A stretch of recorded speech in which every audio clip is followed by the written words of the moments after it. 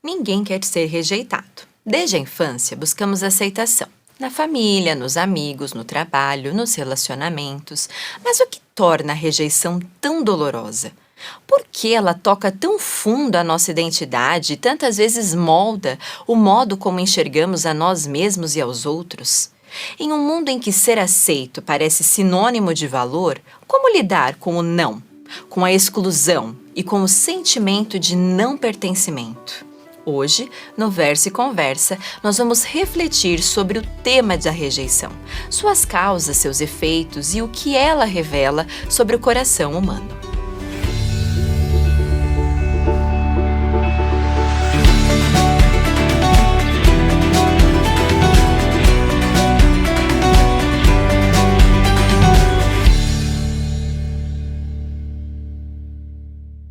Nossa convidada de hoje é a Tatiele Mello.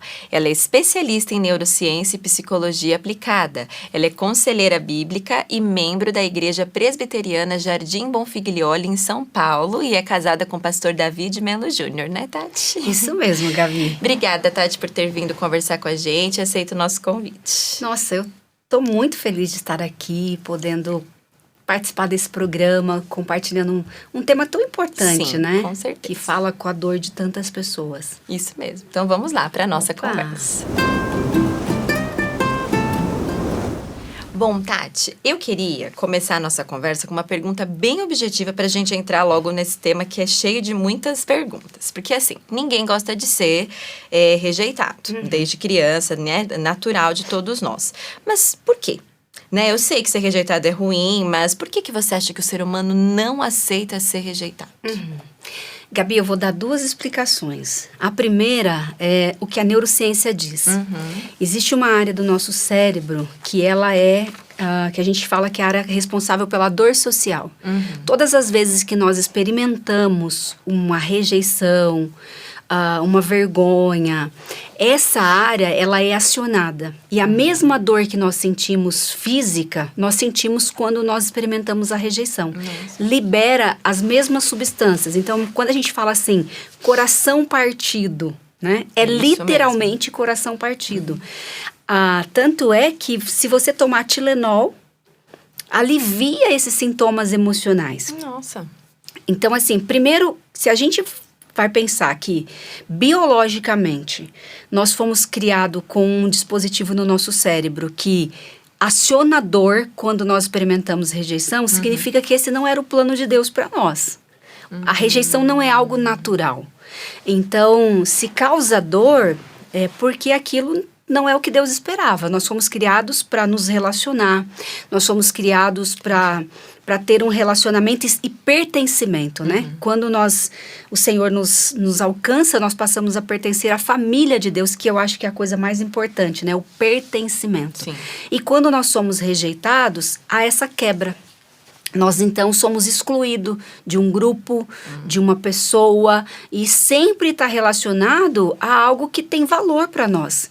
Ninguém se importa de ser rejeitado por alguém que não tem importância para ela. Se eu perguntar para você, certamente você já foi em uma loja, já entrou em uma padaria e foi rejeitada. Tudo bem. Te tratou mal, mas 10 anos depois, 5 anos depois, você nem lembra daquilo.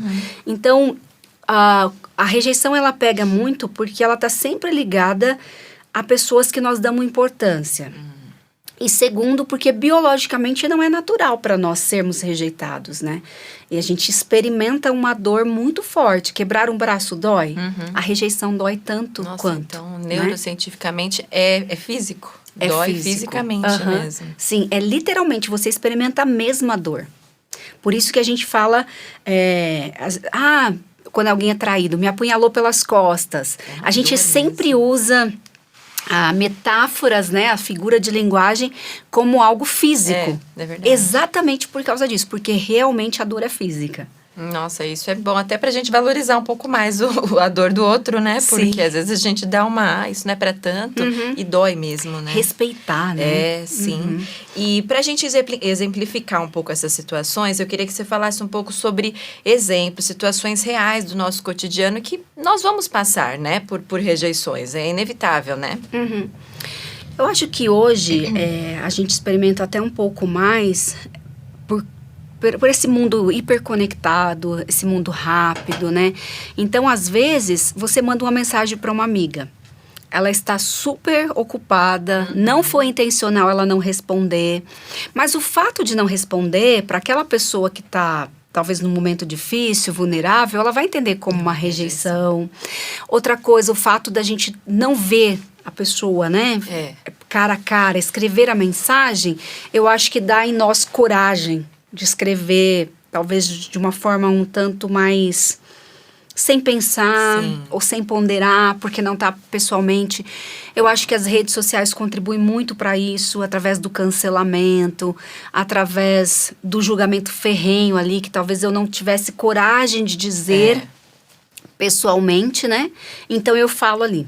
Tô trazendo esses exemplos, Gabi, porque eu acho que eles são atuais, mas a rejeição ela tá em todo tudo, momento, né? Relações, Eu posso experimentar isso em casa, na igreja, eu posso experimentar rejeição quando uma mãe ou um pai tem preferência por um filho, e eu acho que a maioria das vezes não é intencional. Eu não tenho a intenção de te rejeitar, mas às vezes a falta de pensar, de refletir, de imaginar que como aquilo vai ser sentido pelo outro, eu acabo cometendo a rejeição.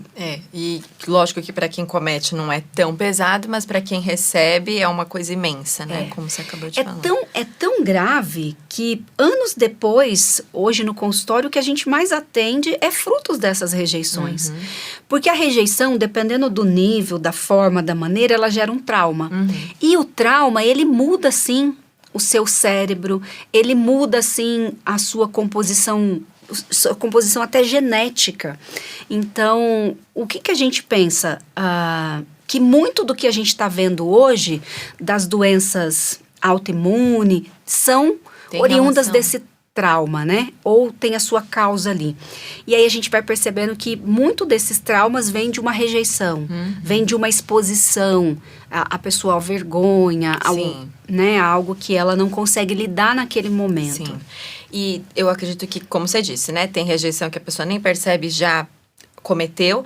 Mas antes da gente entrar nessa questão, assim, de como agir, de como se defender, existe um meio, você acha que existem meios da gente se blindar para evitar passar por certas situações? Acho que não todas, mas existem coisas que a gente pode fazer para evitar passar por certas coisas? Sim. Gabi, eu acredito que quando nós entendemos, a gente para de fantasiar o mundo que nós estamos. Entendemos que o mundo que nós habitamos é um mundo caído e que as pessoas que nós convivemos são pessoas que são pecadoras tanto quanto nós. Então, não é que isso seja normal, mas é uma coisa que a gente vai entender que vai acontecer. Eu acho que isso traz para nós assim uma certa maturidade, né? Então você começa a entender, porque uma das coisas que a gente percebe é assim, por que comigo? Por que eu passei isso? E aí a gente vai entender assim, faz parte. Faz parte pela natureza caída que nós temos, faz parte pelo mundo em que nós vivemos. Então eu acho que isso é um ponto, e a nossa identidade é em Cristo. Você ter a sua identidade firmada em Cristo, sabendo o que Cristo diz a seu respeito, sabendo o preço que Deus pagou para que você pudesse ter a vida que você tem hoje, eu acho que faz com que você fique menos vulnerável a isso. Por quê? Porque se alguém não gostar de você, você vai entender, ok, mas eu sou amada por Deus, o Senhor colocará outras pessoas, essas pessoas aqui não me aceitaram, ok, mas eu sou aceita por Deus, o Senhor diz que todos os meus pecados estão perdoados, então não importa o que as pessoas estejam tacando, falando, Deus pode fazer nova todas as coisas. Eu acho que pensar naquilo, nas promessas de Deus, nos ajuda a ficar menos vulnerável ou a não se entregar a essa rejeição. Entendi. Então você usou uma palavra melhor, porque realmente se blindar seria evitar acontecer, mas como, né? Se depende da ação do outro, né? Fica difícil, né? Claro, se você já conhece aquela pessoa, eu sei que ela é difícil, é diferente. Mas tem coisa que você pega de surpresa. Então, acho que é mais não se deixar tão vulnerável, né? Eu acho que a gente pode usar, Gabi, pensando aqui agora, no gerenciamento. É igual emoção, né? Emoção você não controla. Ela é fisiológica também. Isso. Então, você tomou um susto, sua pupila dilata, seu coração acelera. Você não tem como controlar isso. Mas você consegue gerenciar depois. você consegue pensar, poxa, tá bom, mas isso não acabou meu dia, eu posso me acalmar, coisas boas virão. Mas normalmente a gente se entrega àquela emoção. A gente começa assim, ixi, o dia começou bem, né? Ou o dia começou mal, começou assim, vai dar tudo errado. Eu acho que a mesma coisa é com relação à rejeição. Nós não conseguimos evitar experimentar, como eu te falei, numa loja você pode experimentar uma rejeição, né? Você pode entrar e a vendedora não estar num dia bom e ela nem olhar para você ou talvez te subestimar, né? No sentido, não vai comprar, né? E tal. Isso é super desagradável. Você pode experimentar, você não tem como controlar, mas você consegue gerenciar isso. Sim. Então, essa pessoa me rejeitou. Ok, é uma pessoa que dá para eu conversar com ela, dizer como eu estou me sentindo, dá para a gente resolver isso, eu colocar que esse comportamento me fere, dá para tratar isso? Dá. Não dá, então ora, trata no Senhor, mas não deixa a rejeição definir a sua vida. Sim. Esse é um ponto. A rejeição não pode virar um rótulo. Então, eu sou rejeitada mesmo, todo lugar que eu vou as pessoas abusam de mim, eu sou tonta mesmo. Isso não, cair no vitimismo, sabe? Isso. É esse cuidado que a gente deve ter. Eu, inclusive, ia perguntar isso, mas você já falou bem sobre isso, que é como podemos e como devemos, né, à luz do que a palavra de Deus nos orienta, lidar com as emoções, porque é inevitável, né? Você vai ser rejeitado, você vai desencadear uma série de emoções, mas como lidar com isso? Você já falou, mas assim, biblicamente, tem algo assim que lembra, assim, você na Bíblia que nos fala sobre isso, de emoção? Tem. Bom, eu acho que tem vários, assim, mas eu vou usar 2. Eu amo o profeta Samuel, né? Porque Samuel, Ana leva ele ao templo, né, ali, para ele crescer com Eli, e ele passa a vida dedicada ao povo de Israel. Sim. Totalmente dedicada. Então, a gente imagina que ele tenha chegado ali bem pequenininho, Isso, 3, 4 anos, mais ou menos. Então, assim, e ele cresce ali e começa desde muito cedo a servir o povo de Israel. Todo o tempo. Ele exercia 3 ofícios, né? Ele era profeta, ele era sacerdote e ele era juiz. Ou seja, imagina a vida dele, né? Morria alguém, ele era chamado. Alguém ia casar, ele era chamado. Alguém ia tomar uma decisão, era ele que ia. Tudo ele estava. Só que chega um determinado tempo em que o povo diz assim, olha, não, agora nós queremos um rei igual às outras nações. E Samuel, então, o próprio Senhor diz para ele, Samuel, eles não rejeitaram a você, eles rejeitaram a mim. Ou seja, Deus fala isso porque ele se sentiu rejeitado. Imagina, quando ele está idoso, agora então você não serve mais para nós, né? E eu aprendo muito com Samuel, Gabi, porque Samuel, ele não argumenta, ele não vai falar pro povo de Israel, olha, gente, eu servi minha vida toda a vocês, tô aqui, sei lá, tantos anos servindo, minha vida foi dedicada a vocês, rodei isso aqui tudo, várias vezes, vi seu filho nascer, fiz casamento, não. Jogar na cara de todo mundo, né? O que ele faz é, num determinado momento, ele fala para o Senhor e ele vai falar para o povo no sentido assim, gente, agora eu quero que vocês me digam no que eu fraudei vocês. No que eu prejudiquei vocês em todo esse tempo? Tá encerrando, né? Vocês escolheram outro rei, que já tinha escolhido Saul. O Senhor tinha levantado Saul. Sim. Então, assim, agora vocês vão ter um rei, mas para que eu vá em paz, me diga no que eu fraudei vocês. E o povo fala, não, e nada, você nunca pegou um boi, nada, nada nosso. E aí ele fala, então tá bom. Agora, com relação a mim, em relação ao comportamento de vocês, eu vou orar ao Senhor por vocês. E sempre que vocês precisarem de um conselho, eu vou estar aqui. Então, a palavra que ele diz é assim, Gabi, longe de mim pecar contra o Senhor, se eu deixar de orar por vocês.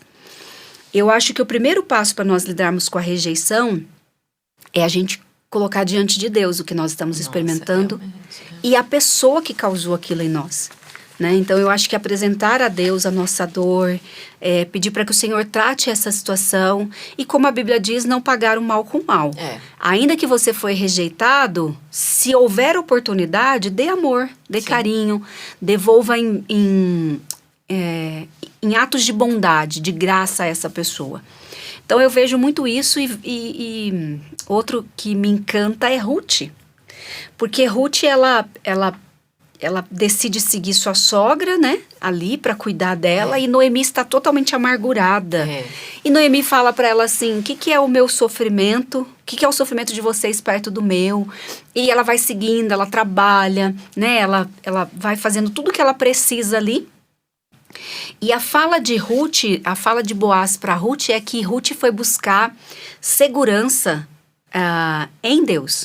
Porque ela havia deixado pai, mãe, cultura. Tudo. Ou seja, ela estava no meio de um povo que via ela como inimiga do povo de Deus, porque os moabitas eram.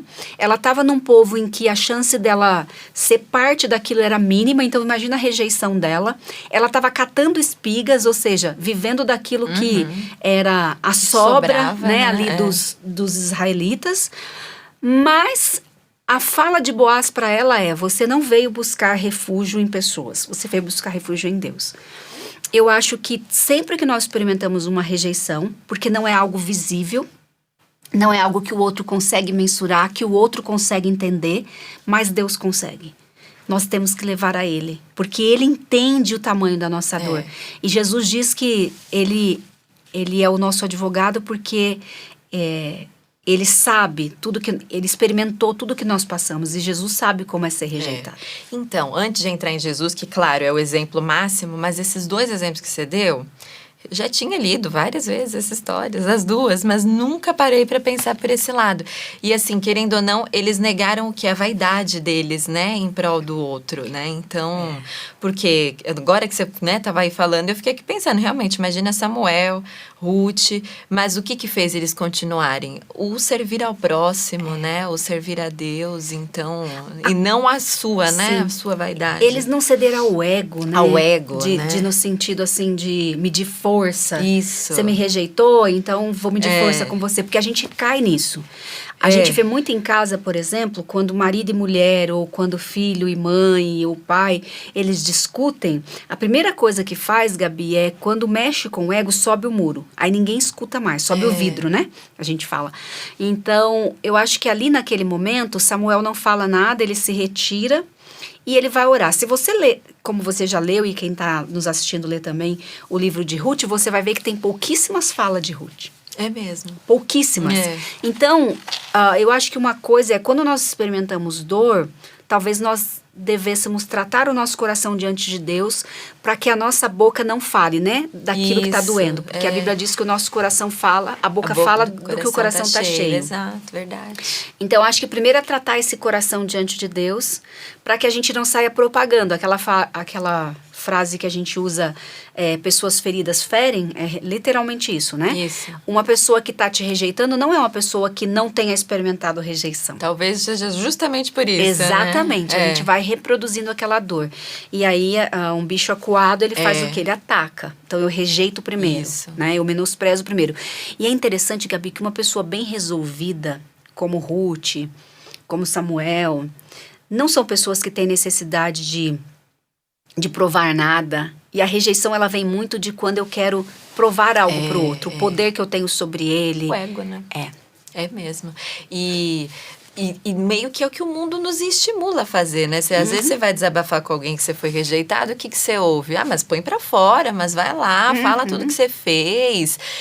Então também nunca mais ajuda, esquece, né? Então assim, é tudo pagando na mesma moeda, cometendo novas rejeições, né? E a gente vê que a gente louva, né? Ou o mundo louva quem vai lá e coloca o outro no lugar dele, né? Isso. Ah, ela te rejeitou, mas menina, eu fui lá e coloquei ela no lugar dela, falei parabéns, muita coisa. Fez muito bem. Exatamente. Mas não é o que a gente vê na palavra de Deus. Você pode sim se posicionar, você pode se defender, colocar o seu posicionamento, mas não ser igual à pessoa. Isso. Né? Porque senão você está criando uma cultura de rejeição. Sim. Ela te rejeita, você rejeita ela, e aí fica nesse ciclo. Sim. Mas você pode, no momento certo, depois que você levou ao Senhor, e aí eu aprendo muito com Samuel, porque ele não deixou de falar para o povo. Ele se posicionou. Exato, mas ele não se posicionou na hora. E nem desse jeito, de pra afrontar, né? Ele participa da eleição de Saul, imagina? Só. Ele participa de todo aquele processo. Remoendo. E aí, no momento certo, ele fala, agora é o momento de eu falar. E ele fala e o povo percebe o erro que cometeu. Então, nós podemos falar, mas assim, a nossa fala, ela tem que passar primeiro por um coração tratado. Para não sair da nossa boca aquilo que é ego. Isso. Né? E aí a gente entra, né, no que eu acho que é o exemplo maior, Cristo. Porque assim, somos rejeitados de 1001 maneiras, dói, mas não dói mais do que doeu nele. Né? Assim, mais sofrimento que ele sofreu por ser rejeitado, não.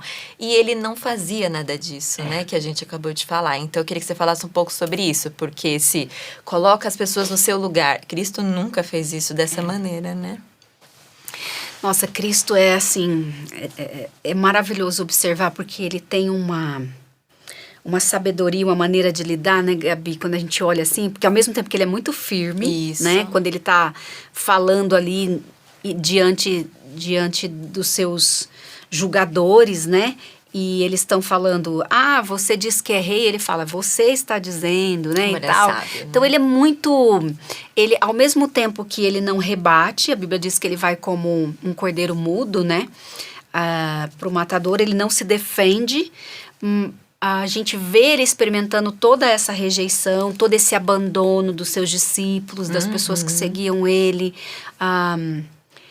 A gente vai aprendendo com ele, mas o que me encanta é que, porque ele passou, ele nos entende. Porque, Gabi, você pode me contar o quanto você quiser da sua rejeição. Eu posso imaginar como você está sentindo, mas eu nunca vou conseguir sentir. Se eu já experimentei, eu posso ver isso de uma maneira muito mais ampla. Mas aí eu não estou trazendo a sua dor. Eu estou trazendo a minha. A minha dor, estou revivendo aquilo. Então, eu não estou te entendendo. Não tá no meu lugar. Exato. Se eu nunca experimentei, eu posso minimizar isso. Ou se eu for pai, mãe, que aí pega um pouco a dor, exato. Mas não como Jesus, porque Jesus, ele entende, ele experimentou, ele viveu. E cada vez que nós somos rejeitados, Jesus também é. Né? Porque a Bíblia diz que ele habita em nós.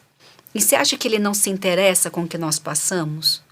Ele não sente o que nós sentimos? Sente. A Bíblia fala que nós não temos advogado ao lado do Pai que não tenha experimentado as nossas dores, o que nós experimentamos aqui. Então significa que ele vive isso, né? Porque nós somos filhos amados, né? Ele pagou um alto preço. E o pecado sempre traz tristeza ao coração de Deus, de Jesus. Então, há um sofrimento ali junto conosco. Ele se entristece quando nos entristecemos, né? Sim.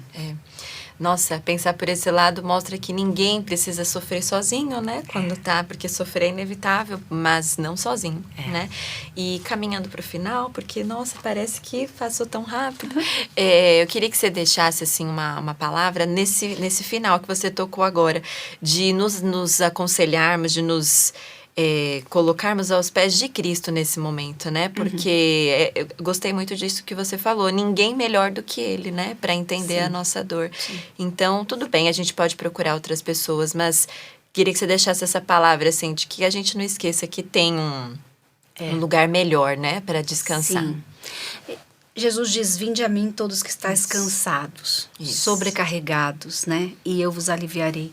E quando nós experimentamos qualquer coisa relacionada à vida emocional, a gente sente essa sobrecarga, né, Gabi? Parece que a gente está vivendo assim, carregando um peso, né? Por quê? Porque aí nós não dormimos direito, nós estamos o tempo todo remoendo aquilo que nos aconteceu, nós passamos a viver com medo. Então, quando é que eu vou experimentar isso de novo?